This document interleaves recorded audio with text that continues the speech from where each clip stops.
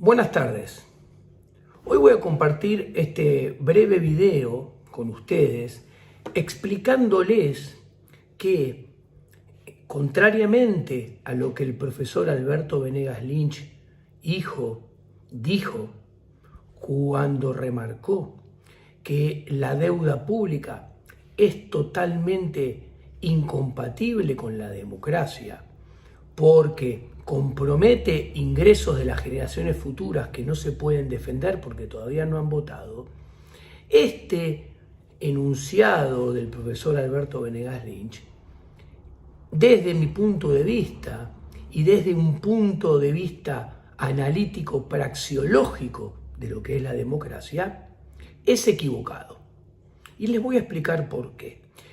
Primero y antes que todo, quiero remarcar que al hacer esto, no me estoy metiendo con el profesor Alberto Venegas Lynch. Así como cuando cualquier otro liberal dice algo que a mi juicio es incorrecto, no me estoy metiendo con ese liberal. Me estoy metiendo con las ideas y los conceptos que transmiten en esta oportunidad Alberto Venegas Lynch, hijo, o cualquier otro liberal. No es una cosa personal, es una cuestión de debate y transmisión de ideas de la libertad. Dicho esto, lo que tengo para decir, primero y antes que nada, para ver si lo que dice Alberto Venegas Lynch es correcto o incorrecto, hay que analizar qué es la democracia. La democracia es un régimen de gobierno. Y es un régimen de gobierno, como muy bien marca Hans Hermann Hoppe, es un régimen de gobierno de propiedad pública. ¿Qué quiere decir esto? Que los que administran el Estado, los burócratas de carne y hueso que administran el Estado y asumen las posiciones del organigrama del Estado, no son dueños de nada, sino que asumen en una suerte de comodato y por tiempo limitado. ¿Esto qué quiere? ¿Qué consecuencias trae? Que estos burócratas de carne y hueso tienen, lo que llamamos los economistas, una muy alta preferencia temporal. Esto dicho en difícil. Dicho en fácil, ¿qué quiere decir una alta preferencia temporal? Quiere decir que a ellos, como no son dueños de los activos, del capital que administran, a ellos no les interesa acrecentar ese capital hacia el futuro. O sea, no les interesa ahorrar para acumular capital y agrandar el stock de riqueza. ¿Por qué? No tienen incentivos para hacerlo, porque esa riqueza no es de ellos, porque son meros administradores de lo ajeno. Entonces, en este marco, ellos tienen un esquema de incentivos en democracia totalmente opuesto. ¿Cuáles son los incentivos que manejan? Muy sencillos. Ellos tienen incentivos para gastar lo máximo posible el breve periodo de tiempo en el cual están administrando el Estado, en el cual están en el gobierno de la democracia universal representativa. Entonces, si ellos tienen incentivos para gastar, tienen incentivos para no ahorrar y por ende tienen incentivos para no acumular capital y no acrecentar el stock de riqueza. O sea, la democracia es un sistema de gobierno que es un régimen de gobierno de propiedad pública con alto incentivo a gastar, no a ahorrar. ¿Ok? Ahora bien, dicho esto, ¿qué implica? Que estos burócratas de carne y hueso, ¿cómo acceden al poder? Mediante el voto. Ahora bien, entonces, junto a la democracia está acompañada por el marketing más perfecto. Por un lado te dicen, el Estado es de todos. El Estado somos todos. Y el Estado te provee de bienes y servicios públicos para tu prosperidad, para tu desarrollo. Nosotros en la democracia universal representativa, nosotros los burócratas de carne y hueso, gobernamos para el bienestar general, para tu bienestar. ¿Esto qué genera este marketing? Que nosotros no nos defendamos del avance del Estado, no nos defendamos de la intromisión del Estado en el quehacer de nuestros días, en la vida de todos los días nuestros. ¿Por qué? Y porque si avanza es por y para nosotros, entonces no nos defendemos. Encima, como si esto fuera poco, te dicen, en democracia, vos si tenés ganas, también podés estar en nuestro lugar. Vos podés ser gobierno y manejar el Estado. ¿Ok? Porque con democracia, con los Estado-nación, Estado y gobierno son lo mismo. Entonces, ¿qué hace esta alquimia mágica que te digan que vos podés ser gobierno? Es más, te dicen, muy sencillo, mirá, las cosas se cambian desde adentro, con las reglas generosas que te ofrece la democracia. Armate un partido, presentate a elecciones, mejor dicho, ganalas, hacete gobierno y vas a poder vos gobernar por el bienestar general. Esto retroalimenta que no nos defendamos del Estado, de que no nos defendamos del avance del Estado sobre nuestros derechos naturales, no nos defendamos cuando el Estado crea más y más leyes de derecho positivo que invaden nuestros derechos individuales, cuando crea más regulaciones, cuando crea más cupos, más aranceles, más controles. Y todo esto, en esta alquimia, ¿por qué te dicen que lo hacen? Para nuestro bienestar general. Y que ese bienestar general implica que el Estado te tiene que dar educación, cada vez más educación. Salud, cada vez más salud. Intrometiéndose a lo largo y a lo ancho de todas nuestras vidas. Pero claro, para gobernar para el bienestar general y avanzar cada vez sobre más planos de la vida del ser humano, el Estado democrático tiene que gastar cada vez más. Y obviamente a nosotros nos gusta que gaste cada vez más. ¿Cuándo surge el problema para los privados? Cuando hay que financiar ese gasto creciente. Y ese gasto creciente, ¿cómo se financia? Primero y ante todo, con impuestos, con el saqueo de los burócratas de carne y hueso sobre el sector privado. Ahora bien, con este marketing perfecto de la democracia, el gasto público hace ganar elecciones.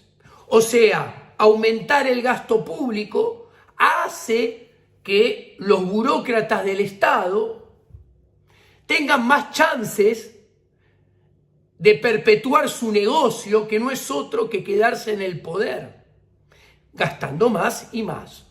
Ahora bien, el financiamiento vía impuestos puede hacer que pierdan elecciones y los termine eyectando del poder. Obviamente, ¿esto qué genera? Que siempre el gasto público vaya muy por delante de la recaudación impositiva. Eso genera que la expansión del gasto público siempre sea mayor al aumento de la presión tributaria. Entonces, queda un montón de gasto público por financiar. Entonces, la segunda herramienta, ¿cuál es? La emisión monetaria. Entonces los gobiernos emiten para financiar gasto público, pero obviamente que la emisión monetaria genera impuesto inflacionario, que es un impuesto no legislado y que no se puede ni eludir ni evadir y que afecta más a los más vulnerables. Con lo cual, el impuesto inflacionario también puede hacer perder elecciones. Entonces los gobiernos sistemáticamente, para gastar más y que ese gasto que hace ganar elecciones no les haga correr el riesgo de perder elecciones, aumentando vis a vis la presión tributaria y vis a vis la emisión monetaria, recurren masivamente al endeudamiento. Entonces acá podemos ver cómo la democracia, que es un culto al gasto en el presente, porque es un régimen de gobierno de propiedad pública que tiene un esquema de incentivos para gastar en el presente, maximizar el gasto presente en detrimento del ahorro, inexorablemente es un régimen de gobierno que hace crecer el endeudamiento. La praxeología lo muestra así, contrariamente a lo que dice Venegas Lynch. La democracia es aumento de deuda, ¿ok? Es inexorablemente aumento de deuda. Hans Hermann Hoppe, praxeológicamente, lo demuestra muy claramente. Y los números ilustran lo que demuestra esta praxeología que tan brillantemente ha demostrado y utilizado en ese sentido Hans Hermann Hoppe. Cuando yo miro el gasto público en términos de PBI en las economías desarrolladas, que está en la carátula de esta charla, yo me encuentro que en 1918 el gasto público en términos del PBI era 18% en las economías desarrolladas. En 1960 era 28%. En 1980 era 43%. En el 2020 terminó siendo 53%. Entonces, los números ilustran que el análisis praxeológico de Hans Hermann Hoppe, que demuestra que la democracia tiene preferencia temporal excesiva por el presente, que la democracia es en esencia cada vez más gasto público, tiene razón. Los datos lo ilustran. Paralelamente, cuando nosotros observamos que, por ejemplo, como muestra la carátula de esta charla,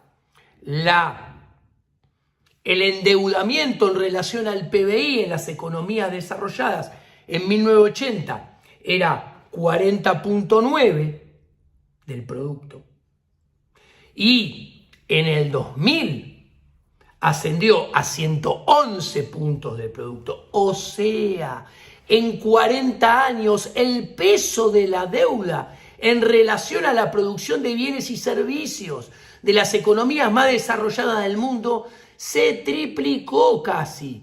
En solo 40 años, los datos están ilustrando lo que Hans Hermann Hoppe praxeológicamente demostró, profesor Alberto Venegas Lynch.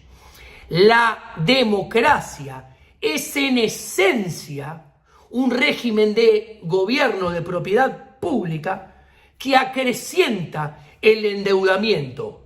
O sea, todo lo contrario a lo que usted plantea, estimado y valorado profesor. Y además, acá usted también comete un error cuando dice que las generaciones futuras, o sea, que esto afecta el patrimonio de futuras generaciones que ni siquiera han participado en el proceso electoral para elegir a los gobernantes que contrajeron esa deuda. Obviamente tiene razón cuando dice que esto compromete el patrimonio de las generaciones futuras. Obvio que tiene razón, estimado profesor. Obvio que también tiene razón cuando dice que las generaciones futuras, obviamente, no han votado a los gobernantes que contraen esa deuda.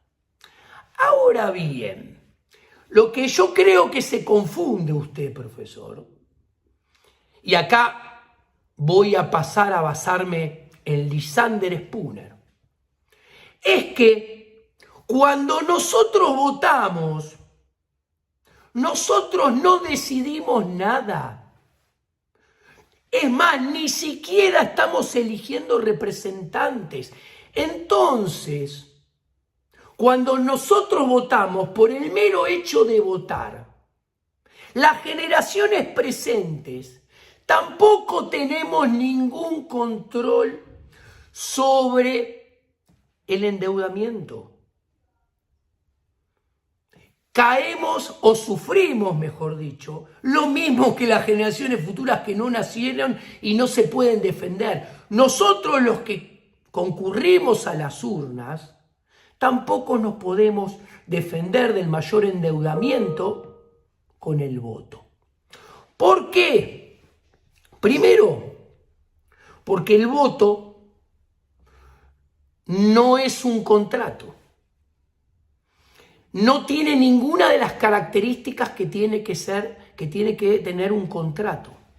Un contrato entre representantes y representados tiene que ser un contrato voluntario, que ambas partes lo firman voluntariamente. Si es compulsivo, es un contrato totalmente viciado de nulidad. Y el voto en Argentina es obligatorio, es compulsivo, o sea, es violento. De hecho, si no vas a votar, tenés que pagar una multa. Punto número 1. Punto número 2, un contrato de voto tiene que estar explicitado, firmado por ambas partes, por el representante y por el representado, que se comprometen mutuamente a tener obligaciones y derechos con la contraparte. En el voto es secreto, no es firmado por ninguna de las dos partes, sobre todo los que votamos. Lo hacemos en forma secreta. Entonces no firmamos, no explicitamos nuestro consentimiento. Entonces, si no hay consentimiento, no hay apoyo, no hay cooperación de nuestra parte con los supuestos representantes que no lo son.